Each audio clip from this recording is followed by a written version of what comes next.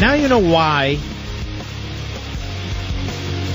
I was not only the first nationally syndicated host, but for a long time the only nationally syndicated host to endorse Ted Cruz for the Senate against all odds.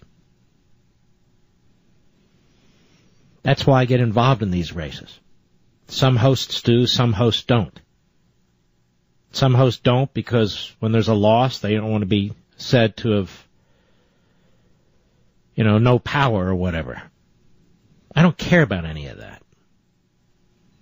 When we have stars in waiting, we need to get behind them. And I'm going to go over these races over the weekend in South Carolina, in Kentucky, and some of these other cases and see what's going on there.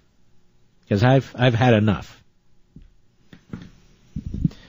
But Ted Cruz is a senator thanks to you. Thanks to you. And it would be nice that when I endorse some of these candidates that others would join me at the front end, but that's okay. That's okay. But you see how important these primaries are. Now, Senator John McCain. When Senator John McCain was up for re-election, he's running against J.D. Hayworth, who I like, who I consider a friend. And he was trashed. He was trashed by the pseudo-conservative outlets inside the Beltway and in Manhattan. And trashed by the Republican consultants, and trashed by the media, and they grabbed on one or two issues and ran with it to attack him. And I believe I was the only nationally syndicated host to support J.D. Hayworth to defeat John McCain. Because I knew John McCain was being a phony when he lurched to the right on immigration and amnesty and these other issues. I want to be clear. I don't know how much clearer I can be. I say it all the time. John McCain is a war hero. And I'm not going to trash his background, as some do in the military. He was a POW, for God's sakes, for 5.5 years, and he went through hell. Nobody denies that. Well, almost nobody. A couple of crackpots. But he's horrible public official. A disaster. In addition to the Keating Five, John McCain has very little respect and understanding of the Constitution. The First Amendment. He attacked political free speech, and he allied himself with one of the most radical Democrats in the Senate, no longer there, Feingold, McCain-Feingold, which was aimed at limiting political free speech. He was weak on the Second Amendment. He's never led to defend the Second Amendment. Never.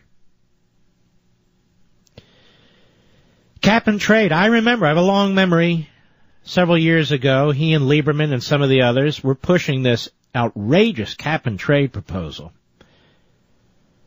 which now the EPA essentially has embraced in one form or another as imposing by executive fiat on the nation. John McCain says on Obamacare, hey, look, we had an election. We ran against it in 2012. Obama was reelected. That's the way it is.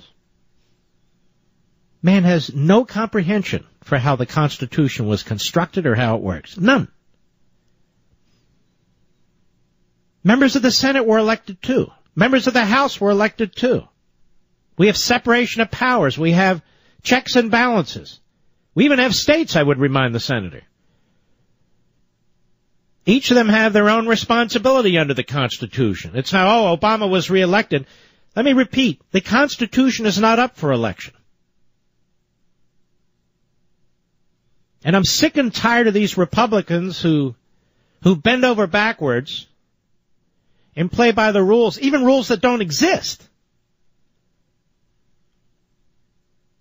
Meanwhile, the Democrats play by no rules. Or they make up the rules as they go along.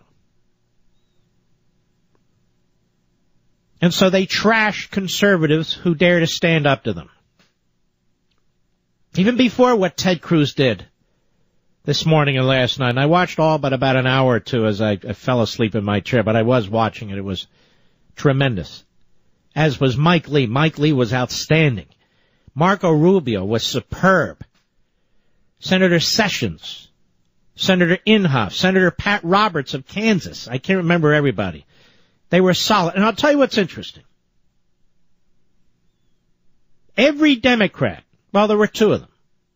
Tim Kaine, really a bizarre guy, and Dick Durbin, who tried to take down Cruz in a debate, looked foolish.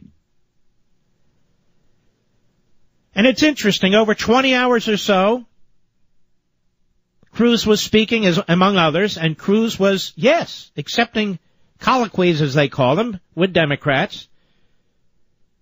Chuck Schumer, afterwards, attacks Cruz.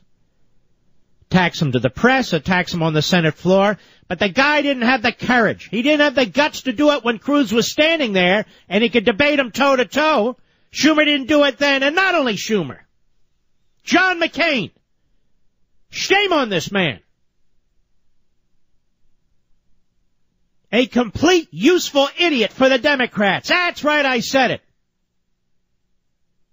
John McCain goes on the Senate floor. He doesn't debate Cruz during some 20 hours when he could have gone to the floor and said, will the senator take a question? No, he didn't do that.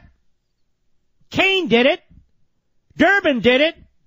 But not John McCain. He didn't want to go toe-to-toe with Ted Cruz. Instead, he goes on Fox afterwards. Instead, he goes on the Senate floor afterwards. Instead, he goes in front of the press. And Harry Reid. He colludes with Harry Reid. Harry Reid gets on the Senate floor. Harry Reid will not entertain a single amendment from any senator, either party, because he doesn't want to change Obamacare. Every single one of you who's going to be detrimentally affected by Obamacare. That's all of you. They won't allow a single amendment. Nothing. And what does McCain do? He collaborates with Reid. Reid goes on the Senate floor 20-some minutes before the end of Cruz's talk. As I say, after 20-some hours or so. And starts with his games, and Cruz ran circles around him. But the one thing Reid did say is, are you prepared, Senator Cruz, to consent to giving 15 minutes to John McCain to speak? Now, why would Harry Reid want to give 15 minutes to John McCain to speak? Because John McCain is not a conservative. John McCain is not a constitutionalist. He is a great war hero and a pathetic politician. And certainly not a constitutional conservative. They want to use John McCain to promote Obamacare. I want to tell Senator McCain in advance, just because the president's reelected, whether or not Obamacare was a primary issue, and it really wasn't, because the Republican establishment nominated Mitt Romney. Romneycare, kind of tough to run on it. But even if it was, Congress doesn't pack its bags and leave. Congress was elected too. The entire House and a third of the Senate. When these people come back to you and ask for your vote, do they say, hey, look, Obama was elected, he gets what he wants? That's not what the Constitution says. And it would be nice from time to time if John McCain would talk about the Constitution. It'd be nice if he read it. But that he's not going to do.